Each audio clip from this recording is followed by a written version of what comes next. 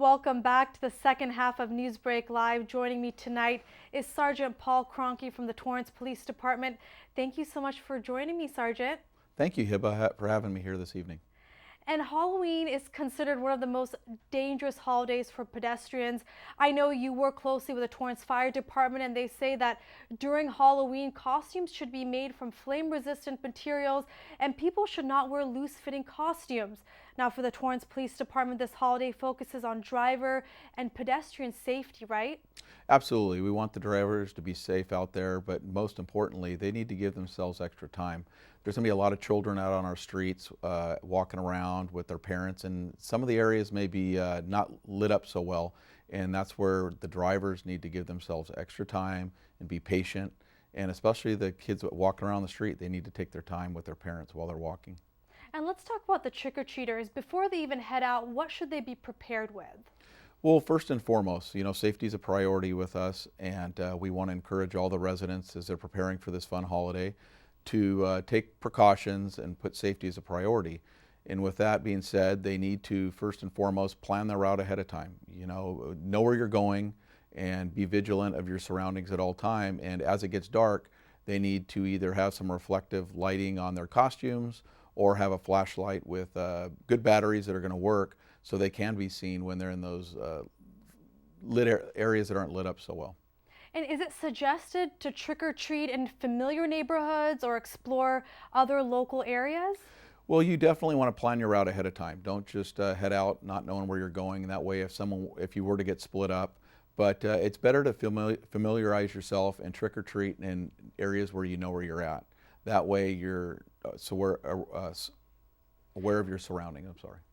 And whether you're a child or a teen, does the police department usually recommend an adult always to be there, or should they let their family members know exactly where they're going? What are some recommendations? Well, Hibah, it's important that somebody else knows where they're going if something were to happen. But with that being said, you should always have an adult present. If some sort of accident happens or just anything of that nature, an adult should be present at all times with anyone under 18 years of age. It's just safer that way, and therefore an adult can provide the guidance that the children need, and especially in case there wasn't an accident. And during this holiday, unfortunately, pedestrian injuries do increase. So what are some tips for trick-or-treaters and their families when they're heading out, whether there's a sidewalk or not? Well, most importantly, Hibah, we encourage people to always stay on the sidewalks. Don't walk in the streets. That's where they could get hit if a driver doesn't see them, especially if they're walking in an area that's not lit up very well. Don't jaywalk. Don't cut across the street. Always cross at a crosswalk and obey the street signs that are out there. They're out there for your safety. Keep your head up when you're walking. Don't look down. That way, if you're on an uneven sidewalk or something like that, you don't trip. It's dark out there, and there's people walking with you, and it's important that you're aware of your surroundings and know where you're going, and most importantly, stay out of the street. Especially if you walk between a car and a car is driving down the street and they may not see you, that's when an accident can happen, and that's what we want people to be aware of. It's getting dark earlier now, and it's important that people are using caution when they're out there at night. Would it be fair to say that never assume you have the right of way as a pedestrian during these type of holidays? Absolutely, Hibah. People need to take precautions for themselves. You can't always expect that they're going to see you, especially if you're walking by a house and there's a car in the driveway that might be backing out, or it's coming around a blind turn. They may not see you. They might not be paying attention, and we know that people aren't supposed to be on their cell phones, but somebody might be on their cell phone not paying attention or looking down, and that's when accidents like that happen. And Halloween does fall on a weekday night, so tell me about that in regards to enforcement.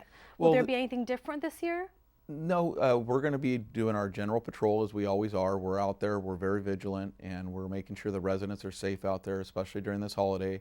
It's a great time for everyone to be out, and we'll be out there taking all the precautions, enforcing the laws as they're supposed to be enforced, but we just want everyone to have a good time. And with it being a school night, we expect the trick-or-treaters will be in a little bit earlier than they would if it was a weekend night. Okay. And from pedestrians to drivers, it's also the driver's responsibility to be extra careful. Yes, the drivers that are out there that night need to be patient. Give themselves time to where they need to go. Don't be in a hurry. If you don't need to be out driving during those hours, then please don't go out there. It's just more traffic out on the street, especially as trick-or-treaters are getting ready to go out and it's rush hour traffic, people trying to get home for dinner and stuff like that. They just need to take the extra time. Don't be in a hurry. Give the pedestrians the right of way. Be aware when you're driving that at any moment a kid could jump out in front of you. Just take the extra time. Please be vigilant and watch for the pedestrians that are out and about on the streets. And when it comes to drivers, are there certain incidents that you see more on Halloween that maybe drivers get into certain types of accidents? It would be more or less usually a pedestrian getting hit. They can't be seen if it's a dark area where there's not good lighting on the streets. That's when it tends to happen. A kid will walk out into the street, their parents aren't paying attention, or generally the driver's not aware of what's going on, or they're looking down or they're on their cell phone, and that's when a tragedy can occur. And Halloween is such an interactive holiday, and you always hear parents say, don't talk to strangers. And are there any tips for parents when it comes to this day? Absolutely, Hibah. It goes back to, first and foremost, don't talk to strangers when you're out and about, especially on a Halloween night when it's dark out and you don't know, you may not be able to see who you're talking to. But with that, you don't go into an individual's home that you don't know. We don't advise that you walk across people's yards or go through backyards. Respect the homeowner's property, and just walk on the sidewalk. Use the path to the house. It's important that you go up to houses that are lit to trick or treat. Don't go trick or treating at dark houses. That usually means they're not home or they're not participating in Halloween, and then that's when you can trip or fall over something you don't see walking up through a yard. And don't get rides from strangers in cars that you don't know. If somebody offers to give you a ride when you're out there, refuse and say no, because you still need to take these precautions when you're out there. And there are strangers out walking around and they're looking for opportunity, and you need to be vigilant when you're doing that. Always use those safety rules and don't talk to strangers. Don't go up to their houses, unknown houses, or accept rides from strangers.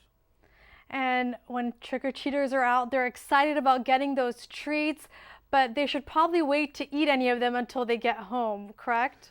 That's very important. And when that goes, Hibah, it's important that with an adult being there, the adult also sees what kind of candy that their kids are receiving. And with that being said, before the kids go indulging in their candy and emptying out their pumpkin full of candy, that they look at what's in there. Make sure there's no sharp objects. They should not eat loosely wrapped candy that may have been unwrapped and then rewrapped, or if there's puncture holes in it. And we don't advise that children eat homemade candy or homemade food that you don't know where it came from. It's important that when the child gets home after a night of trick-or-treating, that the adults go through their candy to make sure that there's the appropriate stuff in there, nobody gets sick, or there's something that's may have been tampered with.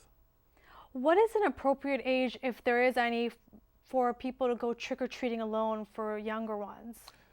I would not recommend any age that a child should go trick-or-treating alone. It's always important that no matter what their age is, they're with an adult. And that being said, if there is an accident, an adult's available to make appropriate decisions, make the appropriate calls, especially if you have to have the fire department, a paramedic, or police respond, or they need to place a call to 911 for a tragic emergency or something.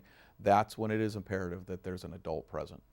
And is there any other way people can be festive on Halloween night if maybe trick-or-treating is not something they feel comfortable? I know the city hosts a great Halloween carnival at Wilson Park. As always, the city of Torrance does promote a carnival over at Wilson Park, and we'll be providing patrol over there. And there's lots of activities for the kids to participate in, and there's booths and candy, and there's just other ways to have fun. I mean, if they don't want to hand out candy at their house that night, they don't want to participate in trick-or-treating, there is always the carnival at Wilson Park, which is very popular. Well, Sergeant Kranke, thank you for these great tips, and thanks for joining us tonight. I really appreciate it. Thank you, Hibah, for having me on your show. Have a great night.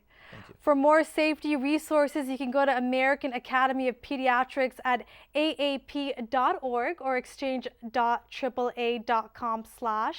I hope all of you have a safe Halloween.